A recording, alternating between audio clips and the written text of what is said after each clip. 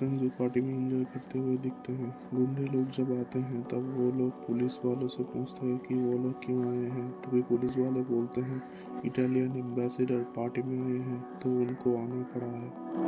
Miss चायोंग Vincenzo से बात करने के लिए बुलाती है और सवाल जवाब करती है कि वो क्यों अपने पैसों से प्लाजा को बचा रहा है। तो विंसेंजो कहता है कि प्लाजा से प्यार हो गया है और पार्टी में सभी एंजॉय करते हुए दिखते हैं। सब लोग किराएदार गुंडे लोगों को चिढ़ाते हैं और खाने पीने की चीजें भी देते हैं। इसी तरह से बिल्डिंग टूटता भी नहीं और काम हो जाता है सबके लिए। फिर मिस्टर ना बाबेल के गुंडों को बिल्डिंग तोड़ने को मना करते हैं। चायोंग बाबेल के भागा हुआ रिसर्चर को लेकर बहुत परेशान होती है क्योंकि वो किसी को सामने मुंह ना खोल दे। जीसॉक प्लाजा में एंटर करते हैं विंसेंजो के ऊपर नजर रखने के लिए।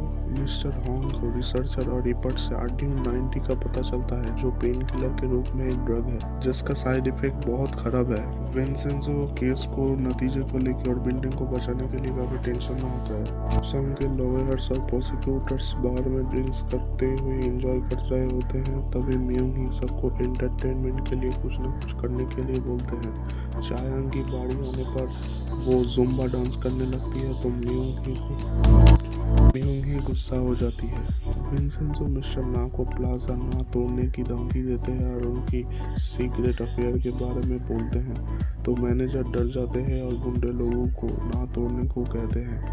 उसन के लॉयर्स और प्रोसिक्यूटर सभी लोग एंजॉय करके एक के बाद एक घर जाने लगते हैं और म्यूंग ही चायांग को ये सब फिर से ना करने की धमकी देती है और चुपचाप रहने की बात बोलती है। हैंसियो को बॉस का कॉल आता है तो हैंसियो टेंशन में आ जाते हैं। पास्ट में मिस्टर हांग यंग विंसेंजो को कोर्ट में पैनिक करते हुए दिखते हैं और प्रेजेंट में जेल के बाहर उसको खड़ा हुआ देखते हैं। मिस्टर हांग को पता चल जाता है कि ग्योंगजा ही विंसेंजो की माँ है। इससे विंसेंजो सरप्राइज हो जाता है। बाबेल का रियल बॉस पुराने रिसर्चर्स को मारने के लिए लैब में गैस लीक करवा देता है और लैब ब्लास्ट हो जाता है। सब मर जाते हैं। ये न्यूज़ सबको पता चलता है। जुनू चायांग को बाबेल को केस को लेके केस से हटने के लिए बोलती हैं तो चायांग और जुनू के बीच में लड़ाई हो जाता है क्योंकि बाबेल के लोग बहुत खतरनाक हैं। लॉयर हंग रिसर्चर्स की मौत की खबर से पैनिक कर जाते हैं और म्यूंग ही इसीलिए खुश होती है क्योंकि चेयरमैन से मिलने का मौका मिलेगा और रास्ते से कांटा दूर हो गया है। मिस्टर हांग डिटेक्टिव पर रिसर्चर्स की मौत का केस क्लोज करने की सुन के गुस्सा हो जाते हैं। म्यूंग ही चेयरमैन से मिलने के बाद ही समझ जाती है ये रियल बॉस नहीं है। चायांग के पापा ओपोनेंट होने से म्यूंग ही और चायांग के बीच में टेंशन बढ़ती है। अपने पापा को ना मना पाने से और उनके फिक्र की वजह से चायांग पापा को बुरा भला कहते हैं, इसी वजह से दुखी है। मिस्टर हांग और विंसेंजो ड्रिंक करते हुए केस के बारे में बात करते हैं और चायांग जब आती है तब स्टोर स्टाफ एक अम्ब्रेला देती है जो विंसेंजो ने दिया था और वो खुश होती है। ही केस को जीतने के लिए रिसर्चर्स को मारने भेजती है। रिसर्चर भागने की कोशिश करने पर भी गुंडे पीछे पड़ जाते हैं। रिसर्चर बचने के लिए मिस्टर हॉन्ग को कॉल लगाते हैं लेकिन मिस्टर हॉन्ग सिगरेट ट्रेनिंग के लिए बाहर जाते हैं और विंसेंजो वो कॉल देखते हैं लेकिन रिसीव नहीं करते। रिसर्चर्स को बेरहमी से मारा जाता है। मिस्टर हॉन्ग जब वापस आते हैं तब विंसेंजो कॉल को लेकर सवाल जवाब करते हैं। मिस्टर हॉन्ग कॉल करते हैं लेकिन कोई नहीं उठाता है।